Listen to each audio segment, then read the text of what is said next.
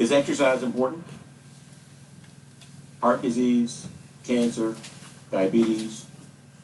One of the things they all have in common is they can be affected by obesity. The first recorded heart attack in this country was in 1896. In 1896 in this country, you had to get exercise to go to the bathroom. Everybody lived on farms. But we got smart. We started building machines to help us get our work done. We moved to the cities and started pushing buttons for a living, and pushing a wrong button could really create a lot of stress.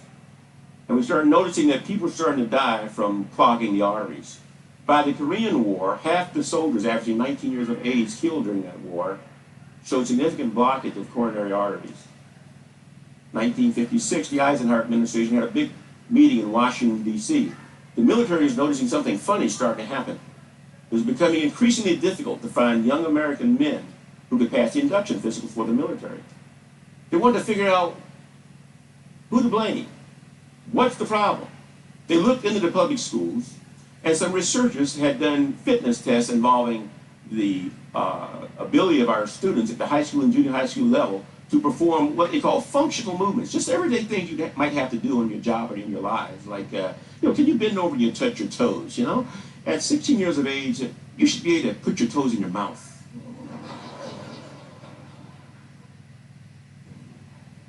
We thought that was the dumbest idea anybody ever came up with, to test kids for physical fitness, because we thought the kids are fit just because they're young.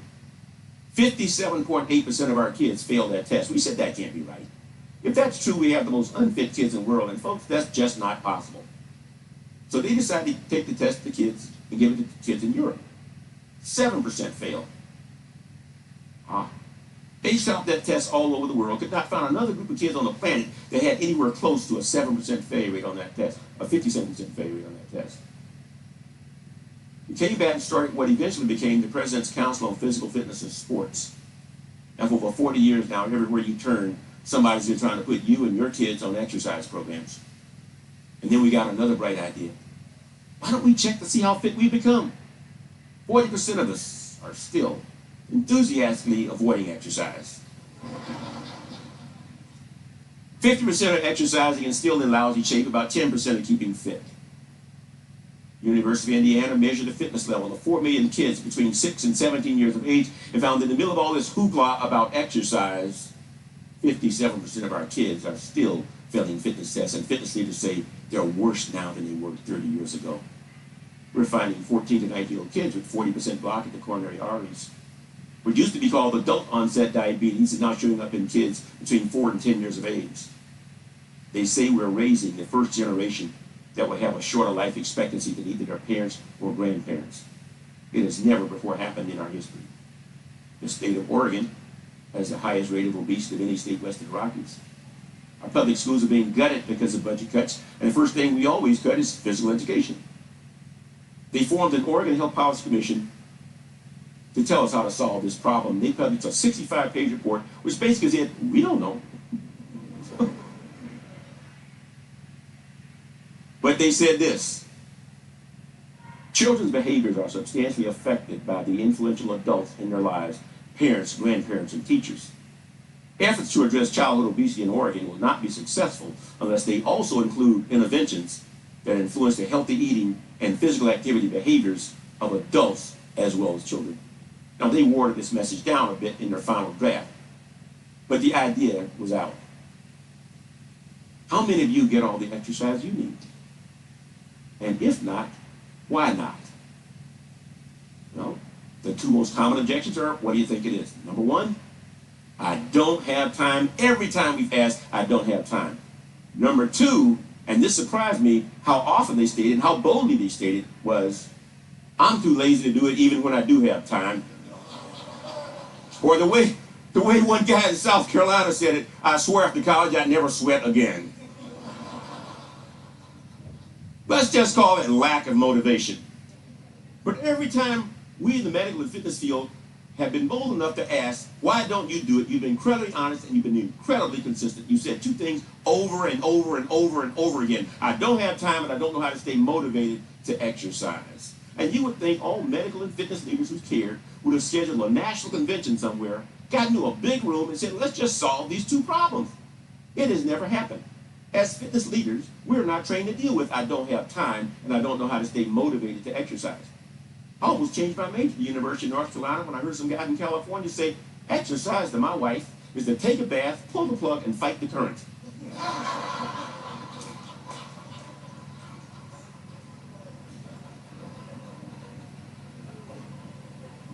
What they teach us to say is, you gotta make exercise fun. You ever heard that? It's all over the place. Make it fun. Make it, folks, over the past 39 years, I put over 10,000 Americans on exercise programs, and I'm here to tell you, I've learned a lot about exercise. One of the things I've learned is, if what you're doing for exercise is fun, I guarantee you, you're not doing it right.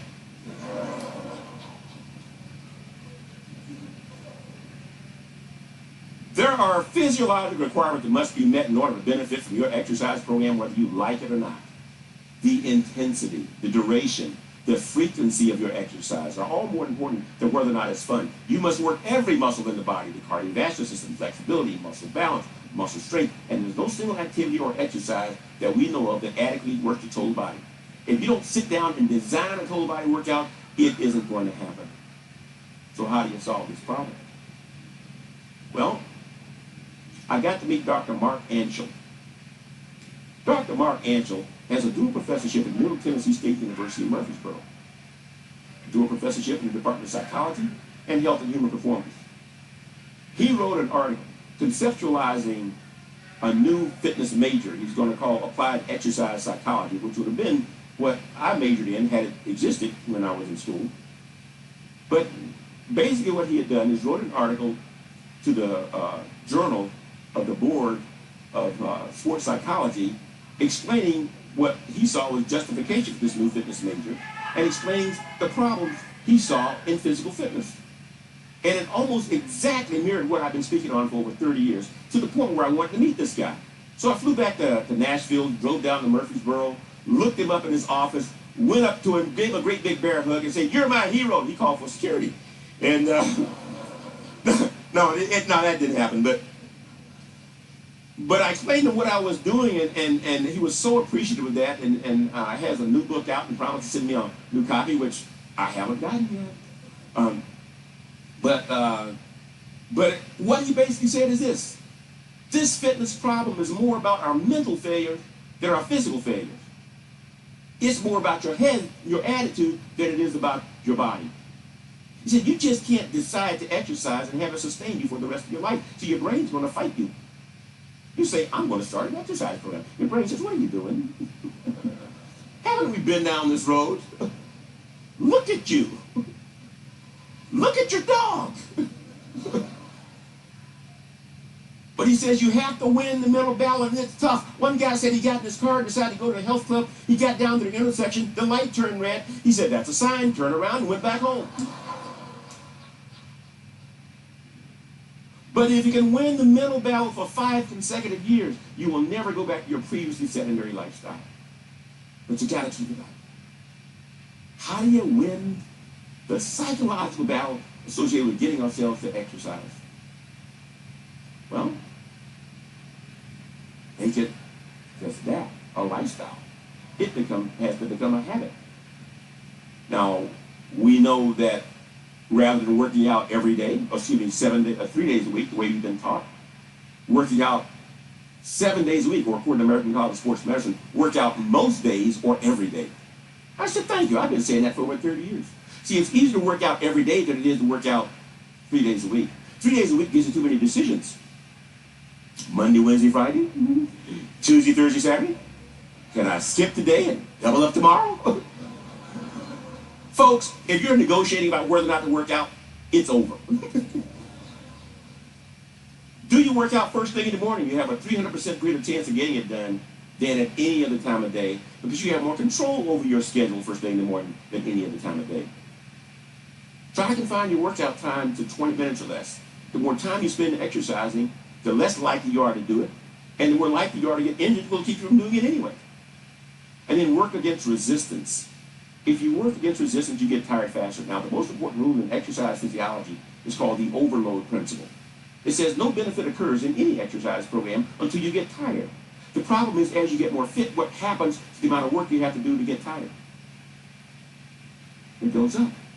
In the public schools, they did studies on high school boys and asked them to do as many push-ups as they could every day until they got tired. Do that every day for a year. The boys who could do 5 push-ups on the first day, after a year, were doing between 100 and 120 to get to the same level of fatigue that 5 got them on the first day. We're talking Major League boredom, even if you do have time. So then we said, we'll just go on a diet. Well, folks, the quickest way I know to get an American fat is to go on a diet. Don't ever diet another day the rest of your life.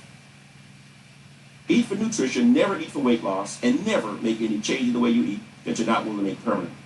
Now, there's a lot more I want to talk about nutrition, but for lack of time, let's just concentrate on physical fitness today. So 7 days a week, first thing in the morning, plan to spend about 20 minutes or less, and then work against resistance so that as you become more fit, you don't spend more time, you work against more resistance. So how do you do that? Well, I was speaking to the University Rotary Club in Seattle, and one of the members came up when I was done and said, I'm one of the editors for Prentice Hall Publishing. We're the largest publishing company in America. We have a waiting list of people that want to write books on exercise. Nobody's telling us how to stay motivated. And what you told us here today makes more sense than anything I've heard anywhere in the country. We do a book for my company on fitness motivation. And I said, sure. That was 30 years ago, and I haven't gotten motivated to do it yet.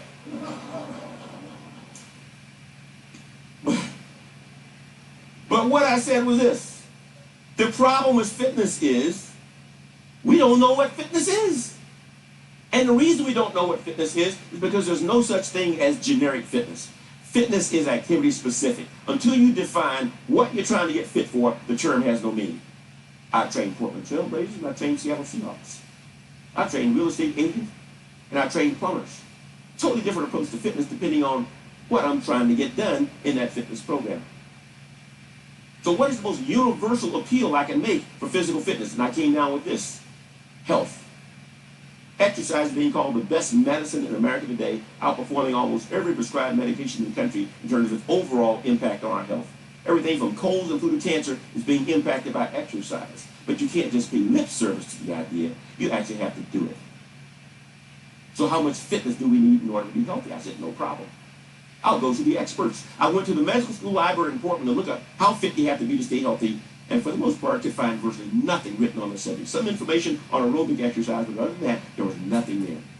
So I went and talked to physiologists that I had known and read about, and asked them their definition about physical fitness. And there are already tests and norms that have been established for the components that could make up total physical fitness, but nobody had ever packaged it and said, this is the level of fitness you want you to have. So that's exactly what I did. I put together what I contended was a level of fitness sufficient to stay healthy, and for 14 years took my definition around the medical societies in college physiology departments, trying to get somebody to disagree with me, and to date have not found one disagreement on one item on my test. So I turned it into a business that's still going now in Beaverton, Oregon. And then I wanted to get it even out farther to the general public. So I got on the speaker circuit to start teaching the general public how to measure their own physical fitness that will be sufficient to impact their health, both physical and mental health, by the way. And the test, which you'll believe we'll have a copy of later, says this. Here's your test that you can do at home. I want you to be flexible enough to sit on the floor with your legs straight and reach your fingertips at least 5 inches past your toes. Most men can't touch their toes. Some of you haven't seen them in 5 years. Why is flexibility that big a deal? Because one of the leading causes of not showing up for work in America is my back hurts. 85% of the back pain in America today is being traced to people with tight back muscles caused by weak stomach muscles because you sit so much. When the stomach muscles go on vacation, the back muscles have to work overtime. They tighten up, you bend over to pick up a pencil, and you all work for 6 weeks. Strengthen your abdominal muscles and stretch your lower back, and 85% of an $80 to $100 billion problem will either lessen or go away completely. But none of you can strengthen your abdominal muscles by taking those pills. You have to exercise. I want you to have enough cardiovascular endurance to be able to step up and down on a 16 1/4 inch box, chair, or stool, or an 8-inch stair for 3 consecutive